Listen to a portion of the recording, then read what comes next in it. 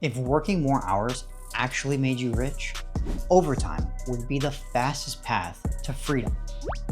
But it's not, because the people working the most hours are usually the ones barely staying afloat. You see it everywhere.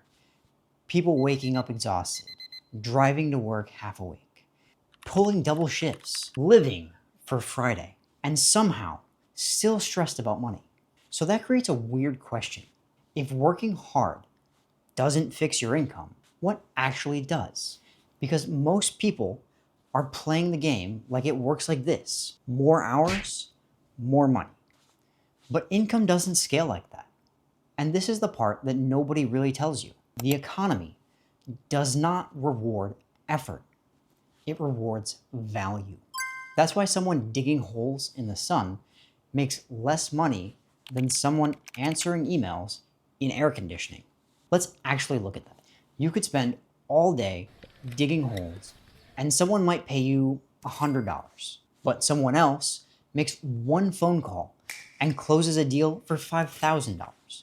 They didn't work harder, they didn't work longer, they just did something that was more valuable, which is kind of frustrating because nobody grows up thinking, you know what I want to be? High value. So let's simplify this. There are 3 ways that people get paid. Level 1, you get paid for your time. You show up, you do what you're told, and you get paid by the hour. And there's nothing wrong with starting here. Almost everyone does. The problem is most people never leave. You're working retail, a warehouse, entry-level jobs. Your income is directly tied to how many hours you're working there. And there's a hard ceiling here. You only have so many hours in a day, and your body eventually taps out, which leads us to level 2. You get paid for a skill. Now you're not just doing tasks, you're doing something specific. Coding, design, writing, sales. This is better. You can charge more. You have leverage, but there's a catch. You're still trading your time. You just got better at it. You went from getting paid for labor to getting paid for expertise. You just raised the price and the flexibility of your hour. You went from $15 an hour to $50 an hour, but still an hour. Level 3 is where things start to shift. You get paid for your results, not your time, not even your skill. What your skill produces. Sales, you get paid for revenue. Marketing, you get paid for leads. Operations, you get paid for efficiency. But this is where people get confused because this still isn't ownership. And don't get me wrong, sales is one of the highest income skills that you can learn. Seriously, a great salesperson can make more than doctors. But here's the catch that nobody talks about. The moment you stop performing, your income stops too. So yes, they've escaped low income, but they still didn't escape dependency.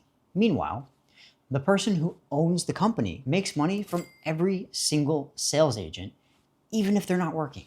That's the difference. So think of it like this. Skills increase your income. Ownership multiplies it. Skills are the bridge, not the destination. So instead of asking, how can I work more? Start asking, what problems are worth money to solve? But if that's true, why doesn't everyone just move up? Because level 1 feels safe. When you get paid hourly, you know exactly what you're getting. You show up, you get paid. But when you get paid for outcomes, you might make a lot or nothing. Most people would rather stay in something familiar and mediocre than risk looking stupid for 6 months, trying something better. Because when you move up levels, you become a beginner again. You don't know what you're doing. You feel like you're behind. Your income might even dip at first. And most people quit right there. So they stay in jobs where they're underpaid, they're overworked, but just comfortable enough not to leave. And of the people who do try, most try to skip straight to passive income without ever learning how to create income to begin with. I've seen this happen over and over. People say they want more money, but the second something involves selling, talking to strangers, taking responsibility, or hearing no, they back away from it, which is completely understandable. Rejection sucks. But unfortunately, the marketplace tends to reward people who can handle uncomfortable things. And those are usually the people who get paid the most. So how do you actually move up? Step 1, learn a skill that connects directly to money. Not random skills, not things that sound impressive. Learn things that make money move. Sales, marketing, lead generation, handling complicated or confusing tasks, solving expensive problems. For example, part of what I do is help property owners manage their systems and bookkeeping, which sounds incredibly boring because honestly, it kind of is. But it solves a painful problem, and painful problems are valuable. They don't pay me because I'm working hard. They pay me because I remove problems and confusion from their life. I save them time, I help them stay organized, and I help their businesses run smoother. That's value. Step 2, use that skill to make extra income. Not quit your job, not take massive risks, just prove that you can get paid. Freelance work, small local services, helping businesses nearby, commission-based roles. Let's make this real. If you learn a skill like, say, video editing, you could go to a small business and say, hey, I'll help you post content and get more attention. Now you're not just editing, you're helping them grow. And that's something people actually pay for. Step 3, use results to create leverage. At first, you are the system. You do the work, you learn the skill, you solve the problems. But eventually, you start asking a different question. How do I make this work without all of it depending on me?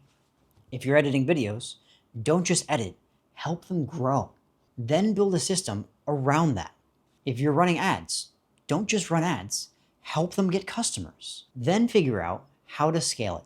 That's when you stop being replaceable and start to become valuable. So if your income feels stuck, it's not because you need more hours, it's because the marketplace doesn't value what you're doing highly enough yet. And that sounds harsh, but it's actually good news because value can be increased. When you increase your value, you start increasing your income. But when you turn that into leverage, that's when things actually start to scale. So if you're starting from zero, do this. Pick one skill that connects directly to money. Learn it just enough to get paid. Make your first $500 to $1,000, but focus on the results, not the effort. Then start thinking about how to turn that into something that works without you. And once you start making more, that's where most people mess it up. They increase their income, but their lifestyle increases faster. So before you start focusing on making more money, watch this next. Because if you don't fix what I'm about to show you, you can double your income and still stay broke. If you enjoyed this video, be sure to like and subscribe, and I'll see you in the next one.